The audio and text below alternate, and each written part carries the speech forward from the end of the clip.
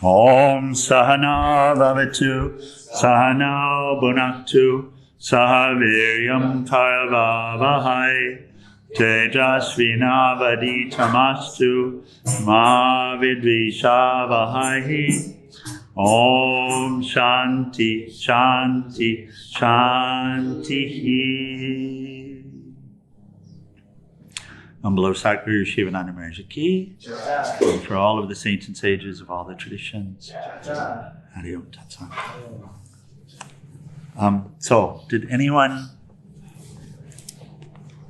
engage in the practice yesterday that we talked about at the end? Taking 15 minutes, 10 minutes, 15 minutes, 20 minutes, intentionally working within the mind, sweeping the mind, observing, stopping certain thoughts, and allowing and contemplating on others. Did we do? Anyone?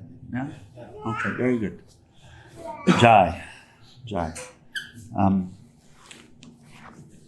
There's a great power in the Shakti of the words, which is really vibrational. And so we say, Guru Shakti, Guru Kripa, Guru's grace. Because the words as given by Swami Sivananda have that Guru Kripa as their essential element. And then as we sit here and discuss them, it's here. So some would say, I'm not really paying attention to the words, I'm focusing on the vibration, and that's fine.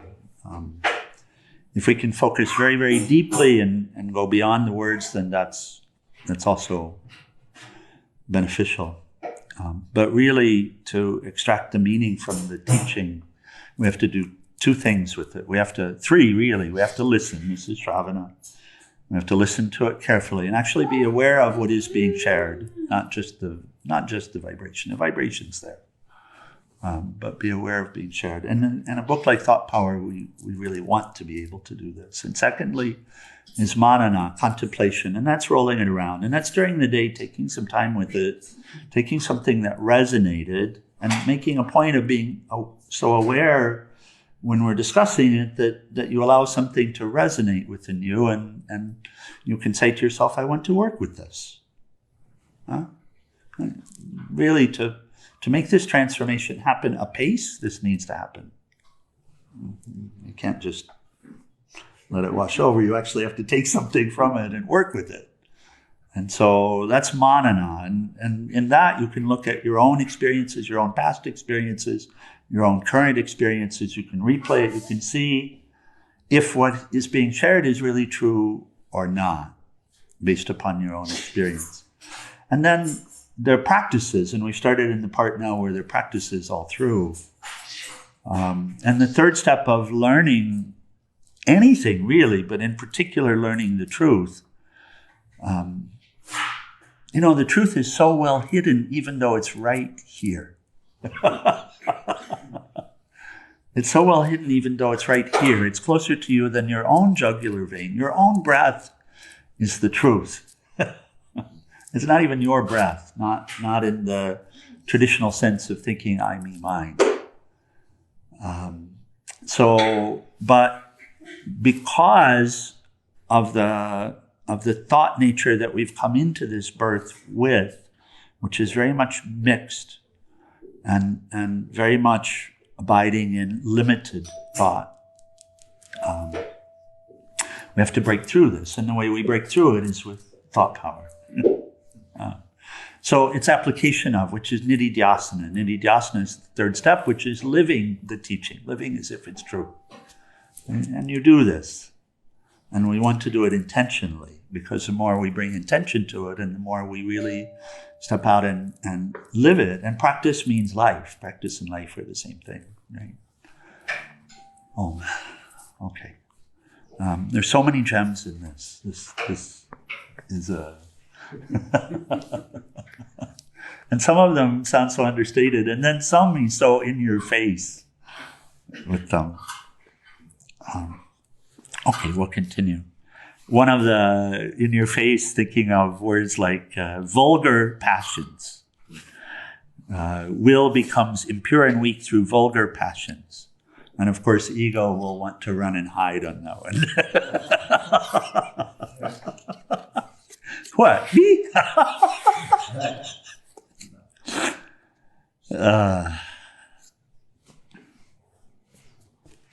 Okay.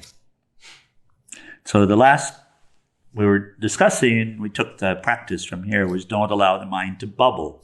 Let one thought wave rise and settle down calmly. Then allow another thought to enter, drive off extraneous thoughts that have no connection with the subject matter that you're handling at the present moment. Okay, we continue. Sadhana for deep and original thinking. He says, most of us do not know what right thinking is. Thinking is shallow in the vast majority of persons. Deep thinking is given to few. Thinkers are very few in this world.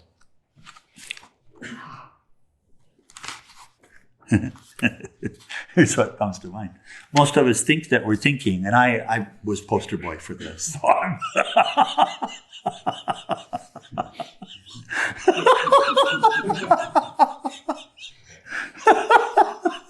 I suppose I was selected to sit here because I've done all of this.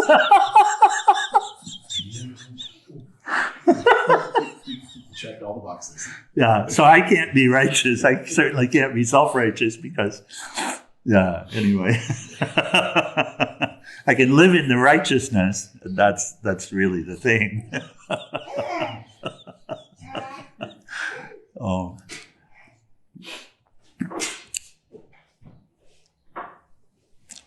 Mostly what's happening to us, as it were, is we're bombarded by these ideas, and one of them comes along that strikes a nerve. That is, it hits a chord, some harmony with some deep-seated tendency related to pleasure or pain. Yeah, this sounds like a great idea, we will say inside of ourselves. And then immediately, instead of thinking about whether it makes sense, we think about how to do it. And we think that that's thought. But that's not deep thought. Does that make sense? Yeah, there's thought process going on, but it's not deep thought. It's not even deep enough to recognize whether this is really beneficial to do or not. It's more of a reaction. All of this is subconscious mental bubbling. And then it strikes a chord, right? It strikes a chord based on something a little deeper in the subconscious only, some instinctive It's more of an emotion. nature. Yeah, it's very much. And most of us in that place, and thank God we're all evolving and we're all coming to the place where we see it. But of course we need help seeing it. So we tend not to even think about whether doing or having is really beneficial first, and that's one level of deeper thinking, let alone thinking about what is really the nature of what we're dealing with, and what is it that's causing this idea to arise, and why am I so interested in it? So we don't contemplate thought itself and where it's coming from and what it's about. That's deeper level, yes? Let alone contemplating what is the overarching, underlying truth. Let alone. So we can see what he says is correct, that most of us are involved in really surface level thought. Real thinking isn't that surface level thought. Real thinking is really going deep within this process. Or any process or anything. And the philosophers see this. You can take any subject or object, and if you go deep enough, you'll get to the you'll get to the essential nature of it. So he says, deep thinking needs intense sadhana, practice. In other words, in order to open up this potential, we really have to do work within ourselves. It's natural, but it's not. When we come into this world, generally speaking, we're bringing so much baggage with us in each of these births that we're bringing a thought nature with us, and we're bringing a desire with us, a set of desires and aversions with us. And so the thoughts start bubbling, they strike chords, which are these very deep samskaras that we're carrying from prior births. And then we're off to the races.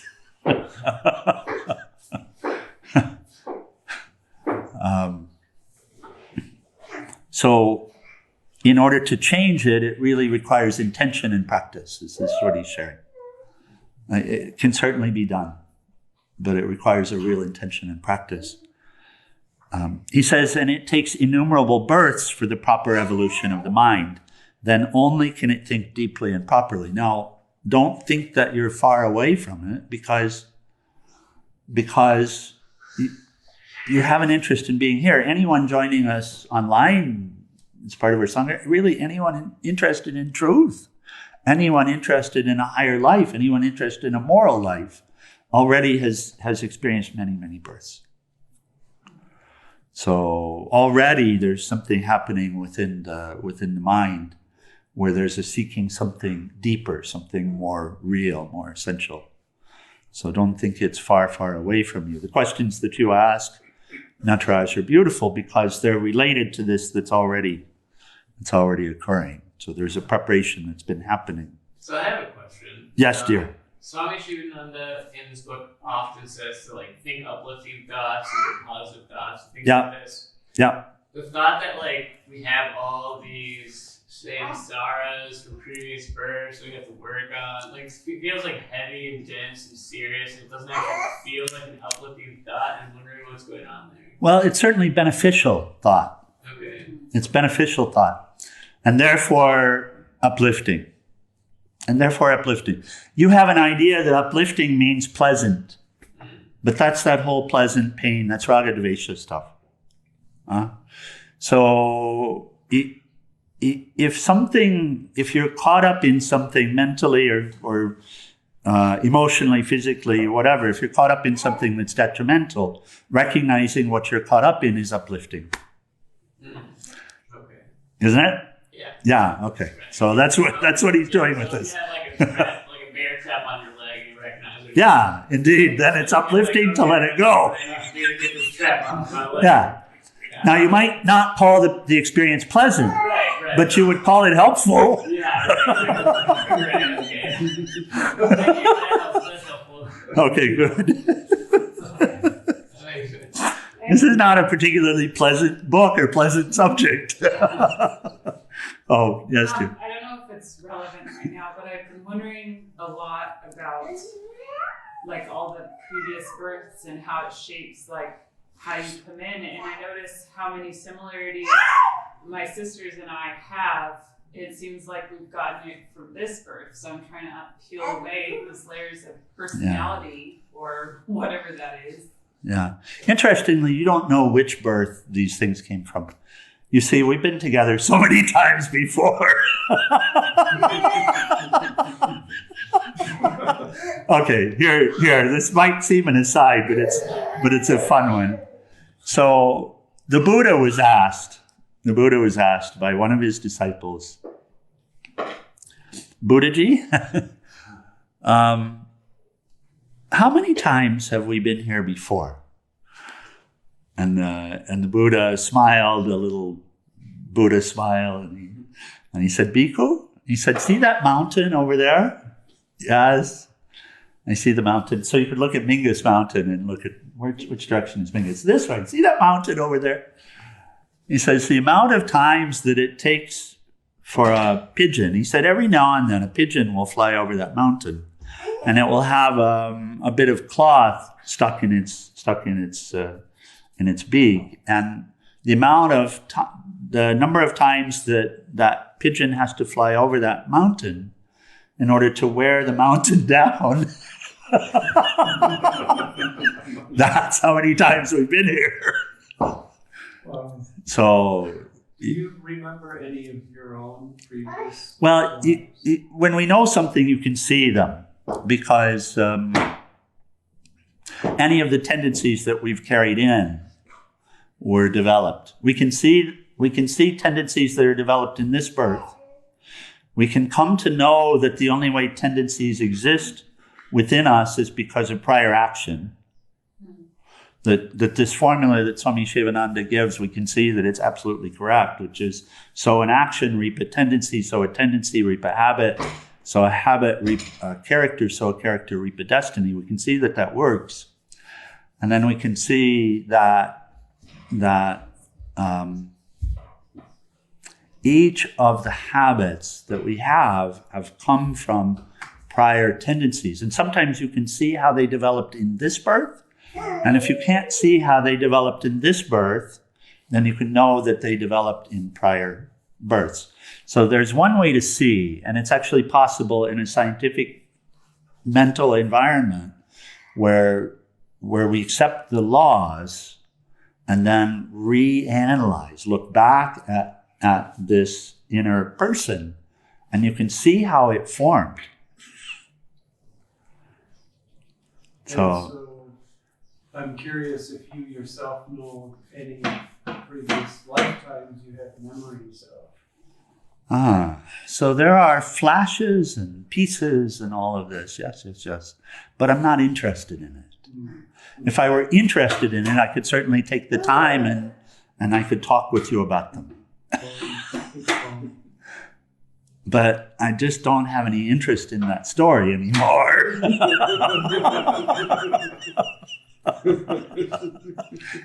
Any of them. There are better things to do. When I think that I've had millions of lives, but then it seems like so much of my personality is from this life. And that's what I'm trying to unpack. Any personality that's here now has been previously formed. And so am I attracted to... Does he have a personality? Mm-hmm. You look at him 20 years ago, you'll see the same personality. 20 years from now, you'll see the same personality. 60 years from now, you'll see the same personality. So I think the key... The same zest, the same essential personality. You can already see how he's different from other babies. Mm-hmm. Yeah.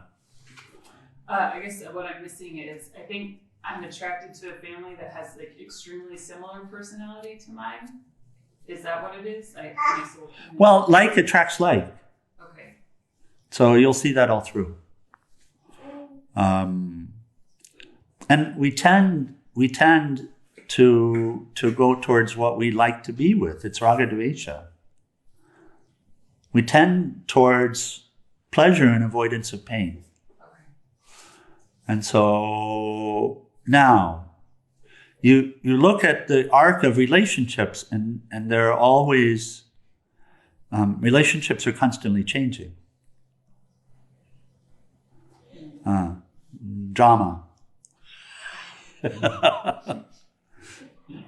Drama. So, there's so many stories about past births and different people who have the visibility of past. There are many ways to study. If it's something of interest that's helpful, there are many books on the subject. There's also like some very clear distinction between you and your sister that is totally. Yeah, but there would have to be. There's so much similarity that I'm like the aggression, the determination, all like these similar qualities, and I'm just like, that seems like such a big part of me. How did it all come from this? We say people of like minds. Generally speaking, we choose to be around people that are of similar psychological natures. We attract them and we choose to be around them. So if you subscribe to having to the universe being supportive of bringing like-minded together, then But there are also twin brothers who have completely different personalities. yeah, there's going to be everything, and you really have to look at the individual's path in order for it to make sense. In other words, you have to look at your own path and the experiences that you've had and how those are supporting your evolution, in order for it to make sense. To try to look outside, because you can't see the inner psyche from the outside. You can get clues of it, and the more clear your mind is, the more in equanimity your mind is, then the more aware you are, the more present you are, then the more you can actually look outside and see what's going on, and you can read the stories in people's eyebrows and facial expressions and such. You can read more of it, but you still can't know it completely. But you can look at your own, and you can see how it's supporting your evolution. Yeah, I can see right now is the fact that like the sort of like aggressiveness that was more me. Like if I was hearing that from other births, I was probably being an aggressor to other people. So my karma naturally had me have a father that was an aggressor, and so I experienced that and wanted to change that. Yeah, and whatever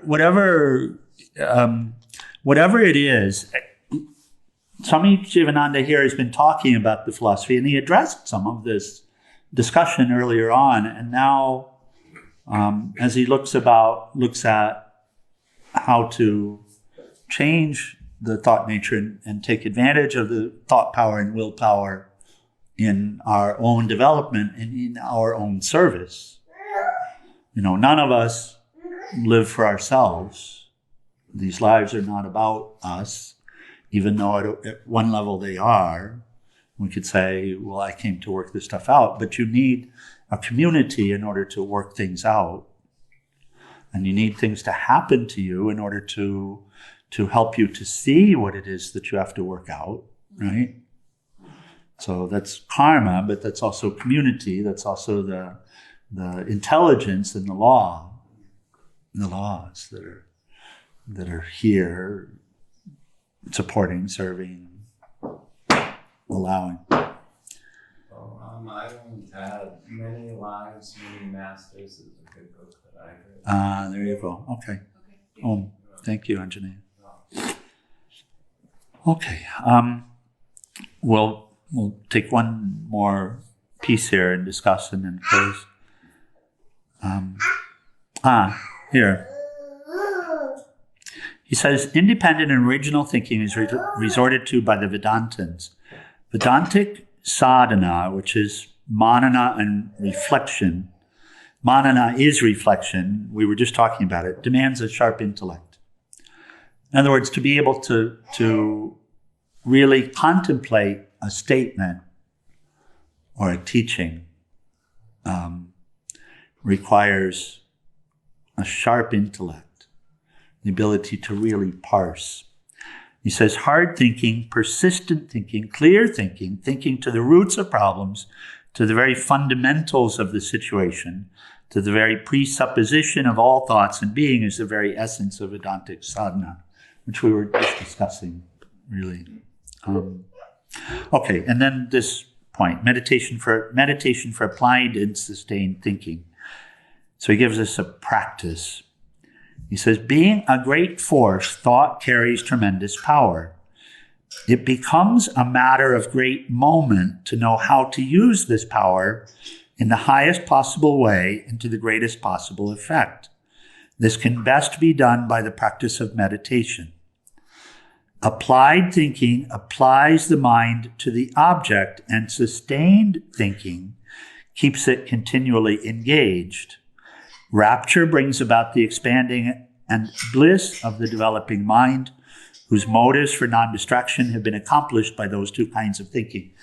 The last two he's talking about are fruit, but he's talking about two ways of deep thinking, and these want to be understood and see how we can apply them.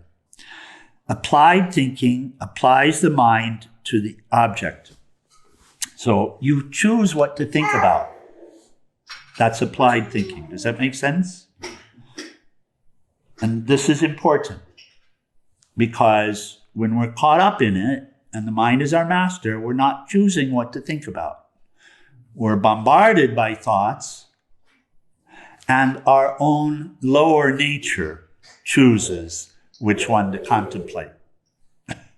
Our own subconscious, our own deep-rooted tendencies are in charge. They have taken the intellect hostage.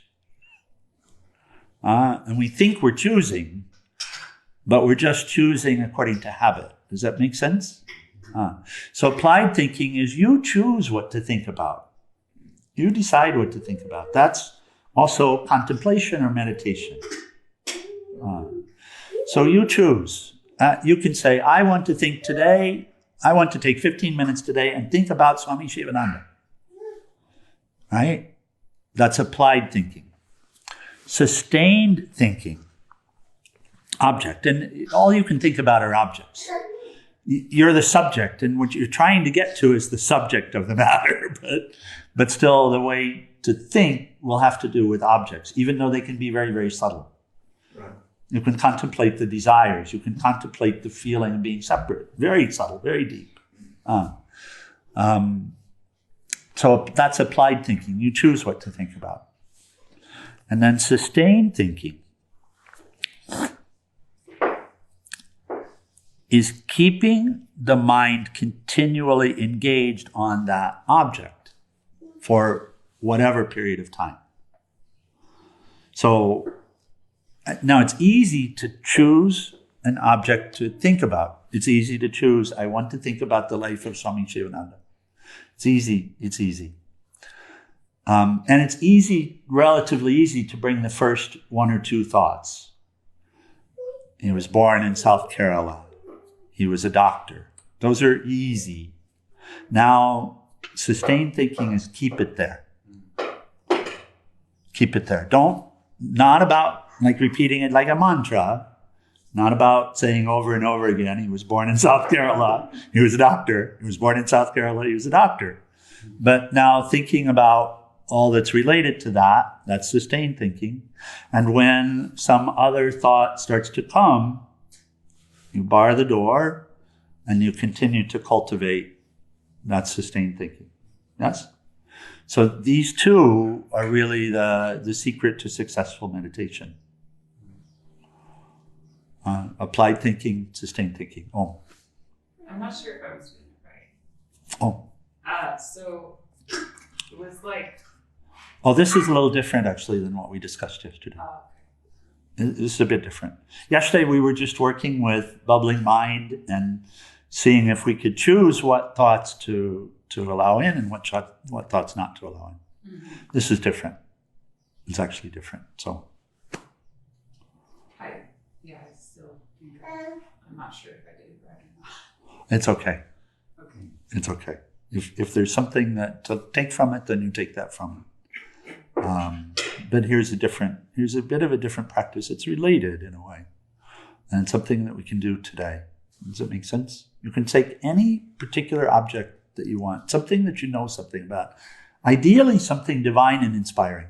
Well, can I share? Yeah, please. Because that's why I'm confused. Because it was like kind of easy, and that I don't think that would be. I just was thinking what I often feeling when I'm inspired. What I'm inspired by is nature and all the plant life becoming green and like nourishing the whole planet again. And that's easy. That was easy for me to think about. Very good. Entire meditation. Very good. And not get distracted. Very good. Very good. How far off the branch is, I don't want to say allowed, but in this practice, because if you start thinking of Swami Sivananda, and then you can think of all the things that he's connected to and all the things that he did, and then like how far off of his branch, I can start thinking of Swami Vishnu, and then I can think of the Bahamas, and I can now you're off. Okay, so now you're off. Well, Swami Sivananda gives a ruler that's really good. He talks about, he uses an apple as an example.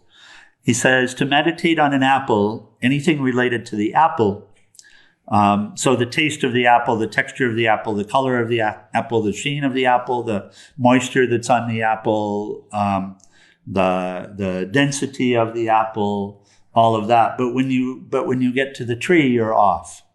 Okay. So when you get to the leaves, you're off. So if that's helpful. And what about Okay. like when you get into a like I like this apple, I don't like this apple. I like these apples. I don't like Now you're off. Indeed, now you're off. But the taste of the apple is fine. The taste of the apple is fine. Like, dislike, now you're off. So yeah, very objective. Yeah, right. Okay. Objective thought. So it's like you could say chemical composition of the apple. Absolutely.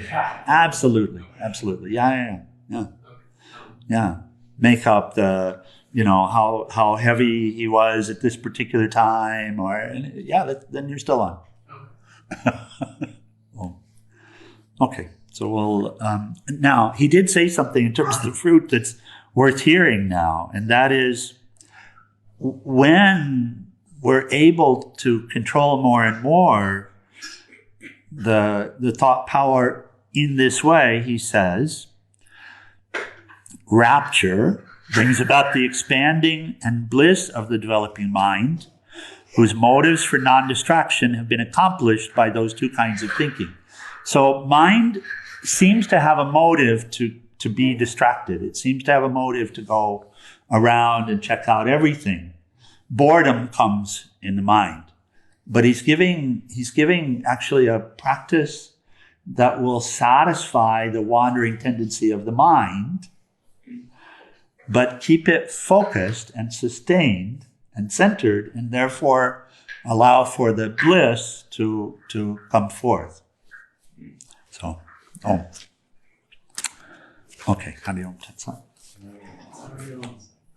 Tomorrow morning is walking meditation. Is that correct? Yes. Okay. So we will be back on this Thursday morning. Okay. Let's close with final prayers and arati, page 174.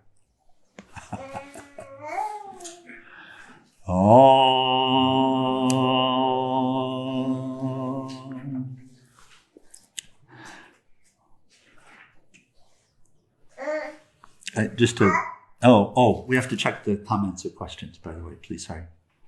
And just another comment on this is, does it make sense that this is a cultivation of deep thinking? This practice in particular that he's working with is cultivation of deep thinking. Yeah. It's a way to focus the mind on a particular object or subject and really learn concentration of the mind in that way and overcome the tendency towards distraction, towards being distracted by extraneous stuff. Anything? Sorry. Would like reading a book that pertains to what you want to meditate on be helpful? Well, it's very helpful. In particular, if you can take, this is very helpful, reading this, for example. And then taking a concept, an object, a particular practice, and focusing on that. Yes. Reading an adventure novel, not so helpful. So it depends on the type of book and the approach that we take with the book. Anything hard? Someone said, I want deep thinking. I want deep thinking. Very good, Jai. That's something. That's amazing. Okay.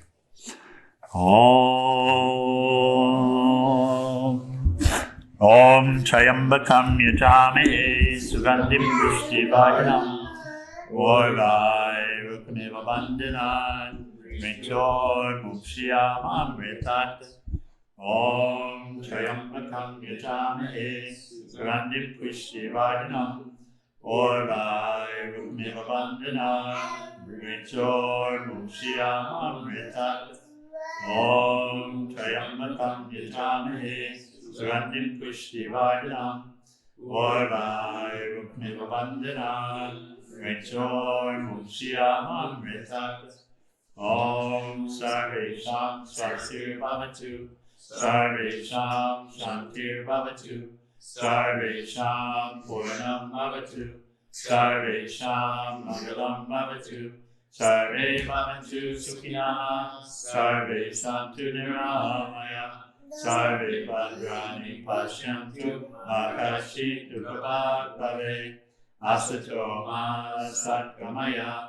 Tamaso Ma Jyotirgamaya. Mrityorma Mritam Gamaya. Om Purnamada Purnamidam Purnat Purnamudachyate Purnasya Purnamadaya Purnameva Vasishyate. Om Shānti Shānti Shānti. Below Sakuru Shivananda ki. Oh, wait, yeah. And then, did we miss the universal prayer? Yeah. Thank you, Jayama. Okay. Adorable Lord of mercy and love, salutations and prostrations unto thee. Thou art omnipresent, omnipotent, and omniscient. Thou art Satchidananda. Thou art existence, knowledge, and bliss absolute. Thou art the indweller of all beings. Grant us an understanding heart, equal vision, balanced mind, faith, devotion, and wisdom. Grant us inner spiritual strength to resist temptation and to control the mind. Free us from egoism, lust, anger, greed, hatred, and jealousy. Fill our hearts with divine virtues. Let us behold thee in all these names and forms. Let us serve thee in all these names and forms. Let us ever remember thee. Let us ever sing thy glories. Let thy name be ever on our lips. Let us abide in thee forever and ever. Lord Sakuru Shivananda ki, and for all of the saints and sages of all traditions.